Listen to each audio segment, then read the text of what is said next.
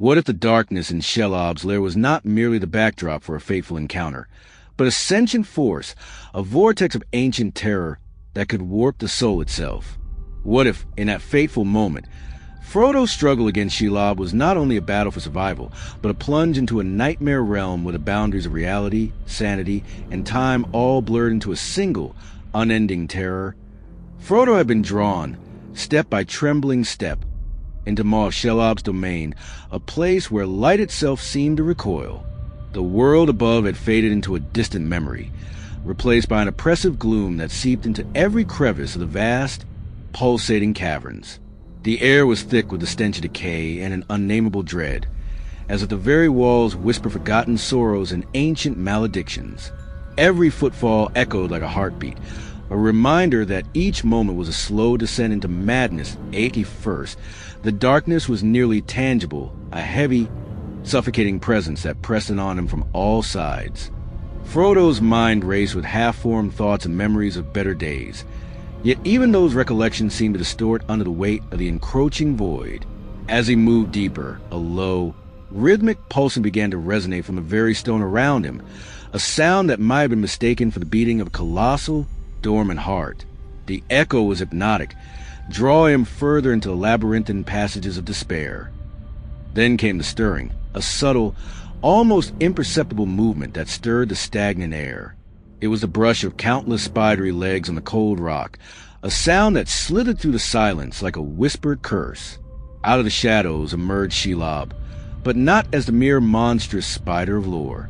In this twisted what if, she was a living embodiment of the abyss, a creature forged in the depths of time and fueled by the collective nightmares of all who dare to tread here. Her many eyes glinted with malevolent intelligence, each reflecting the tormented souls of the damned.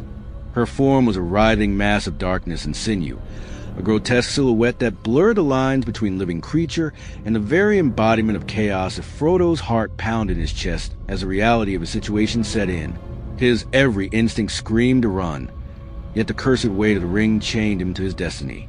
Shelob advanced with deliberate, predatory grace. With every step she took, the cavern walls seemed to ripple and breathe, as if the lair itself were alive and in league with the beast. The very ground beneath Frodo's feet pulsed with an eerie, otherworldly rhythm, a heartbeat not a creature, but the void that ruled this domain. In that moment, a sinister thought took root in Frodo's mind.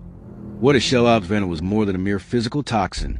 What if it was a conduit for an ancient metaphysical curse capable of unraveling the threads of one's very soul? As she lowered herself closer, her fangs dripping with a viscous, gleaming substance that shimmered in the dim light, Frodo felt an all-consuming dread that went beyond bodily pain.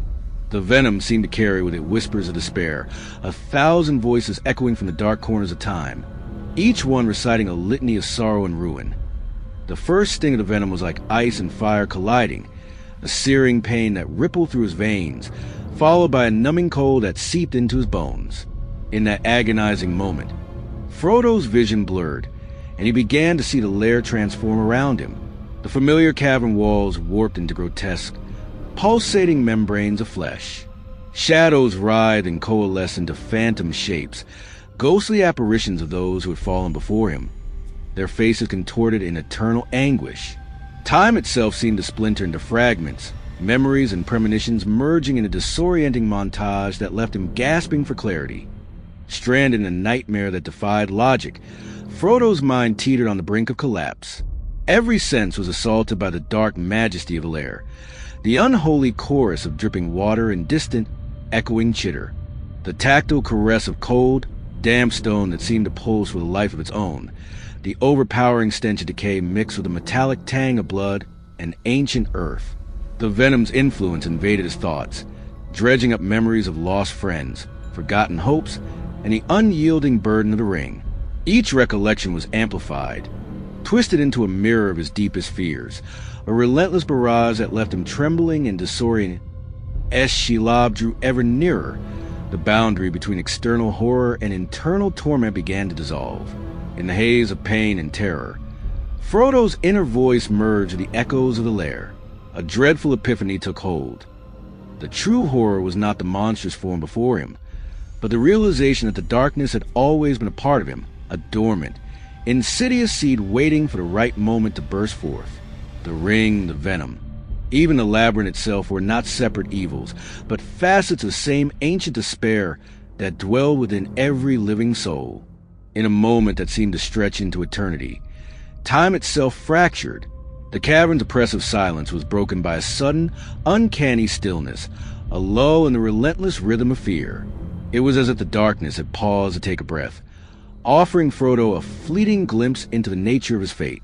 Amid the chaos, a profound calm washed over him, a paradoxical serenity born of the acceptance of his own insignificance in the face of such cosmic terror. He understood, in that bittersweet instant, that his struggle was never against Shelob alone. It was a battle against the inherent despair that lurked within him, a manifestation of the eternal conflict between hope and oblivion. Yet even as that grim clarity settled in, the venom's corrosive influence deepened. Frodo's vision faded further, his thoughts dissolving into a swirl of surreal images, vast, barren landscapes under skies that bled darkness, endless corridors of twisted rock, and the echo of a million forgotten sorrows. In these visions, he saw himself trapped in an endless cycle of torment, his every hope devoured by an insatiable void. The line between his own identity and the encroaching darkness blurred until he could no longer tell where he ended and the nightmare began. What if, in another life or another realm, this very encounter had unfolded differently? What if, instead of succumbing to the overwhelming despair, Frodo had found within himself a hidden reservoir of strength, a spark of defiant light that could repel the shadows? In that alternate reality, perhaps the venom would have been a catalyst for transformation, unlocking a power that could defy the ring's corrupting influence. But in this dark chapter of fate, the encounter was absolute, leaving no room for redemption, only a slow, inexorable descent into the eternal night. In his final moments of consciousness, as the venom's icy grip tightened around his heart and the monstrous presence of Shelob loomed above, Frodo's thoughts drifted to the faintest memory of home, a sunlit shire filled with laughter and simple joys. That memory, though distant and nearly devoured by the encroaching dark, offered a bittersweet solace. It was a reminder of a time when the world was not yet consumed by despair, a fleeting whisper of what might have been. Yet even that gentle memory was swiftly swallowed by the overwhelming force of the abyss. The cavern fell into a silence that was as profound as it was oppressive. Shelob, the ancient harbinger of doom, regarded the fallen hobbit with an expression that defied mortal comprehension. There was something almost tender in the way her many eyes observed him, a recognition, perhaps, of a shared fate, or a grim acknowledgement that the darkness was the true victor. In that moment, the Lair itself seemed to weep, the echoes of countless lost souls resonating through the stone like a mournful dirge. For those who would dare venture into that cursed place in the years to come, the legend of Frodo's final stand would be recounted in hushed, trembling tones. They would speak of the brave hobbit who faced not only a monstrous predator, but the embodiment of despair itself. A soul who had looked into the abyss and, in doing so, discovered the terrifying truth that the darkness was never an external enemy, but a part of every living being in the endless corridors of that nightmare realm, where the walls pulsed with ancient malice and time twisted into a web of shattered moments. Frodo's encounter with Shelob became a cautionary tale. It was a story of soul consumed by the very fears that it had carried all along, a reminder that sometimes the most insidious horrors are the ones that reside within. The Lair of Shelob remains, even now, a dark monument to the eternal struggle between light and shadow, hope and despair. And as its silent vigil continues, one cannot help but wonder, what if, in the depths of that relentless darkness, we all carry a fragment of that cursed void within us? In the end, the horror of that fateful encounter was not solely in the monstrous form of Shelob or the venom that tore through flesh and mind alike. It was in the profound, shattering realization that the true terror lay in the inescapable darkness within our own hearts. And so, as the echoes of that night drift on the cold winds of time, the web of despair spun by Shelob's domain stands as a testament to the fragility of hope and the inevitability of the shadows that dwell within us all. That's it for tonight's tale. But don't worry, there's always more where that came from.